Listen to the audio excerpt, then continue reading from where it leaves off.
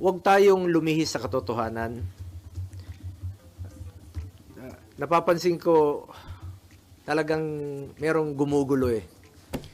Merong nasa likod nito na ginugulo lang po yung katotohanan. I have been expecting this complaint, and now we are in the proper forum to prove the baselessness of his allegations. I now have the opportunity to answer him point by point before the ombudsman and not on media anymore. I will cooperate with the investigation and abide by its legal processes. The truth will be revealed and believe that justice and fairness shall prevail. I hope that the ombudsman will be fair. Ulitin ko lang po, I am one with the Filipinos. I am one with the Filipinos in this crusade against corruption. Kasama niyo po ako. Labanan po natin ang korupsyon. Ikulong po ang mga kurakot at mga magnanakaw. Ikulong na ang mga buhaya, kasuhan, at ikulong na ang mga buhaya at mga mastermind. Huwag pong ilihis yung issue dito. Tumbukin po yung dapat tumbukin. Napapansin ko parang naiba na po ang narrative. Parang meron ng script, no? Na sinusunod o playbook. As a Filipino, I am urging the ICI, the Ombudsman, and the DPWH to seek the truth. Tumbukin lang po yung katotohanan. Maniwala kayo o sa hindi, pag nagkamali kayo dyan, mas gugulo po ang bayan. Magulo na po ngayon, mas gugulo po ang bayan. Magagalit po ang tao niyan. Magulo talaga ito. Pakiusap ko lang po muli. Tumbukin lang po yung katotohanan. Seek the truth, not the script. If there's any. Ito ay isa po itong diversionary tactic para ilihis ang atensyon ng taong bayan sa tunay na mga issue. Klaro naman eh. Kahapon nga lang, nabanggit ni former Governor Chavit Singson, another diversionary tactic. Ang talamak po ngayon na korupsyon, talamak ang korupsyon ngayon sa kasalukuyang gobyerno. At ang dapat talagang panagutin, ang totoong issue. Ano bang totoong issue ngayon? Diba ang flood control scandal? Mga ghost projects, mga anomalous projects, mga substandard projects. Yun naman po ang issue ngayon eh. Huwag tayong lumihis sa katotohanan. Napapansin ko talagang merong gumugulo eh. Merong nasa likod nito na ginugulo lang po yung katotohanan.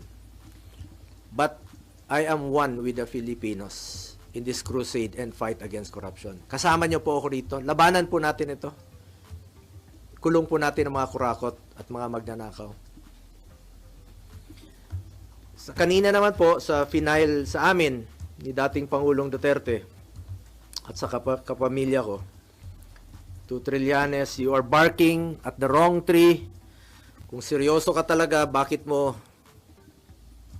di mo kasuhan yung mga totoong mga corrupt talaga? Bakit di mo kasuhan yung mga financials mo? Yung mga contractor, alam mo yun. Alam mo yun. Kita mo na, nakailang buwan na tayo dito sa pagdidinig sa Senado. Ilang hearings na po. Lumalabas naman yung totoo, sino yung mga contractor. Yung talagang may-ari, sila mismo yung may kontrata, sila yung mismong kumikita, sila yung contractor, sila pa yung congressman, sila yung habulin mo, Trillanes. Ayaw mong habulin dahil financer mo nga. Tama yung sinabi ni Senator Bato noon na may mga financer ka. Baka nga yung ginamit mong pondong yon nanggaling pa sa flood control. Yung pag-iimbestiga mo noon kay dating Pangulong Duterte, maaaring galing pa yun sa flood control. Huwag kang magmalinis dito. Huwag mong ilihis ang totoong issue. Dito lang tayo sa katotohanan.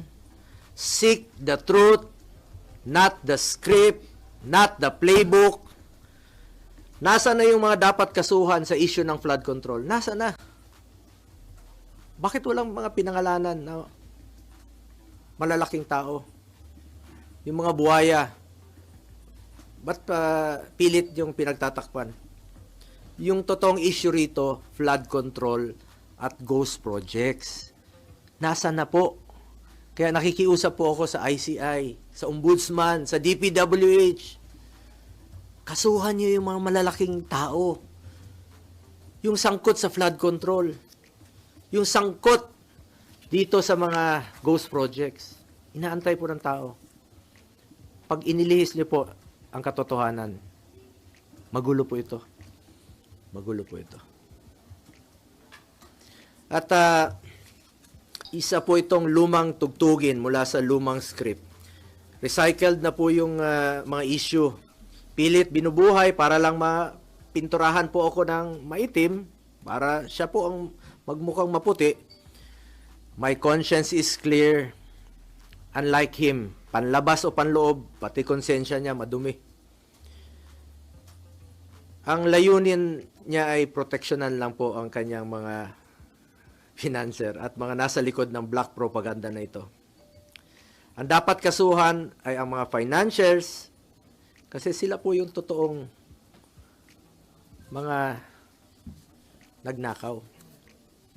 Hindi po ako magnanakaw. Hindi po ako kontraktor. Senador po ako na nagsiservisyo lang po sa ating mga kababayang Pilipino. At may delikadesa po ako. Yung prinsipyo po ko po sa buhay, yan lang po ang pwede kong pangalagaan sa ngayon. Pangalan ko po at hindi ko sasayangin yan. Kesa sayangin natin dito sa walang kwentang paninira, tatrabaho na lang po ako. Serbisyo, pagmamalasakit at sipag po ang pwede kong ialay sa ating mga kababayang Pilipino. Tingnan niyo lang po kung hindi ba recycled ito. Rehash. 2018, September of 2018. Bago yung halalan, no? Bago pa ako nag-file. Unang tumakbo bilang senador. Nag-ingay na siya noon. Siniraan na niya ako. Siya pang senador noon, no? Ako hindi pa. Kandidato pa lang. Same issue. Nung 2021, akala naman niya natatakbo ako. Same issue. July of 2021. Last year, nung ako po'y patakbo muli for re-election, July 6 of 2024. Same issue. Same. Yung suot niya, ngayon, ay araw na ito. Ito, July of 2024, last year po ito. Yung suot niyang polo, pareho pa rin ng kulay ng suot niya ngayon. Rehash pa rin, pati polo niya, rehash pa rin. Ginamit muli. Yun pa rin ang ginamit niyang paninira sa akin. Para siya ang pumuti. Polo na nga siya ng puti para pumuti kunwari. Pero yung kanyang hangarin ay napaka dumi. Alam nyo, nung ako po ay nag-obserba ng delikadesa sa buhay ko, baka pamilya niya po hindi. Nabalitaan tayo noon, mismo yung tatay niya naging dealer po sa GHQ ng Armed Forces. At nabalitaan nga natin no, na kakasino rin. At may mga ghost rin na yun ang nabalitaan ko noon. So, sana naman tingnan mo ng mabuti kung sino yung walang delikadesa sa atin. Bakit na nililihis ni Trillanes sa mga 2017 projects? Umabot na siya ng 2007. Sino ba mag-aakalang maging presidente si Pangulong Duterte? 2007, gawin mong issue. kung negosyante yung pamilya ko noon, mapigilan ko ba silang magnegosyo? Wala pa ako sa mundong ito. 70s pa lang may negosyo na po pamilya ko. Lahat tayo may kamag-anak na negosyante. 1993, may negosyo sila. Wala pa po ako kay Mayor Rodrigo Duterte noon, may negosyo na sila. Pero nung 1998, at isa po sa aking naging kondisyon, nung nagtrabaho po ako kay Mayor Duterte, sabi ko, pag pumasok po ng City Hall, yung kamag-anak ko, I will resign. Ayaw ko po magnegosyo sila sa City Hall dahil I observe delikadesa at ayaw ko po ng conflict of interest. Nung naging presidente siya, 2016, dala-dala ko po ito. Hindi po sila nakakapasok ng Malacanang. Hindi po ako pumapayag. Nakialam ba ako sa negosyo nila? Hindi. Nakinabang ba ako? Hindi. At binigyan ko ba sila ng pabor for government contracts? Hindi po. Because I observed delikadesa at hindi po sila nakakalapit sa akin, hindi ko naman po mapili ang kamag-anak ko. Lahat dinadamay na nga ngayon. Baka sa susunod, lolo ko na idamay nila. Hindi ko po mapili ang kamag-anak ko. Hindi to titigil si Trillanes. Sabi ko nga, taon-taon niyang gagawin yan. Hindi yan titigil hanggat palitan ko siguro ang aking kamag-anak o kunin ng Panginoon ang aking mga kamag-anak. Hindi na titigil yan. At paulit-ulit na magiging issue niyan.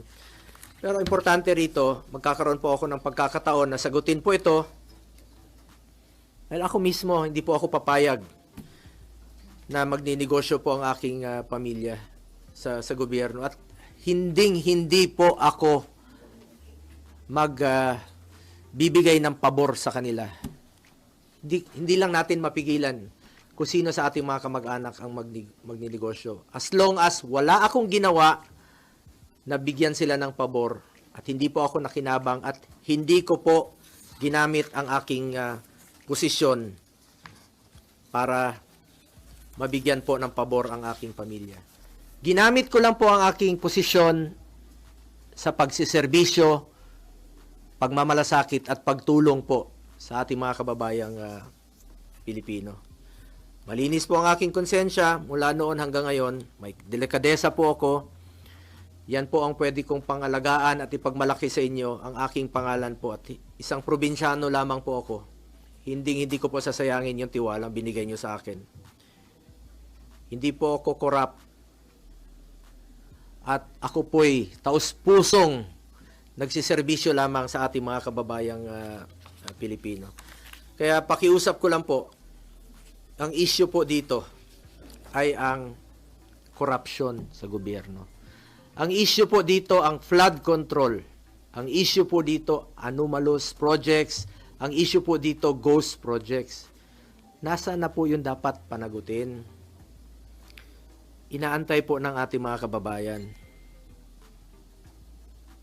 Ayoko na pong aksayahin yung panahon. Sayang yung oras natin dito. Sana makapagtrabaho na tayo. Mas mahalaga sa akin ang trabaho, ang serbisyo at ang kapakanan ng mga Pilipino. Alam naman po ng taong bayan kung sino po yung nagtatrabaho at alam po ng taong bayan kung sino po yung nagsasabi ng totoo. Ako, sipag, more serbisyo at malasakit ang pagtutuunan ko ng pansin. Simula noon hanggang ngayon, yan naman po ang aking ginagawa. At alam po ng Pilipino kung sino yung nagsiservisyo at nagtatrabaho. Nasa Pilipino na po yan kung kanino po kayo maniwala. Nasa sa inyo na po yan. Mga kababayan ko, patuloy nating labanan ng korupsyon sa gobyerno. Please lang, labanan natin ang korupsyon sa gobyerno, labanan natin itong mga kalokohan, ikulong po ang mga korap, ikulong po ang mga magnanakaw. Huwag na pong ilihis ang issue. Kawawa yung Pilipino pag nililihis po ang issue. Umiikot-ikot na po tayo.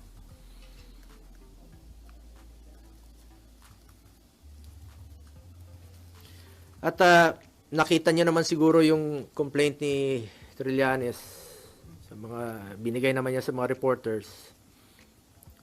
Paulit-ulit lang po, rehash talaga, paulit-ulit. Paninira talaga. Talagang paninira at inililihis yung totoong issue. Yun talagang totoo dito ngayon. Nililihis niya. Paulit-ulit lang. The same, sabi ko nga, 4 na taon na. 2018, 2021, 2024, 2025. Pareho lang yung complaint niya. Na-file na po niya ito last year. Na-file na po niya ito last year. Tapos na po election. Nanalo na nga po ako. Naging number 1 pa. Salamat at mas naniwala kayo sa akin kaysa kay Trillanes. At hindi ko po sasayangin yung tiwalang binigay niyo po sa akin. Dahil ako naman po itaos pusong magsiservisyo sa ating mga kababayang Pilipino. Siya yung tamad at alam ng Pilipino sino yung corrupt. Siya yun.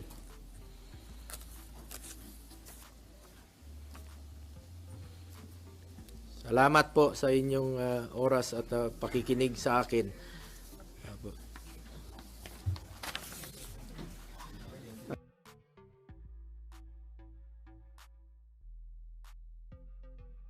Ako, pakiusap po ito. Hindi po ito pagtuturo o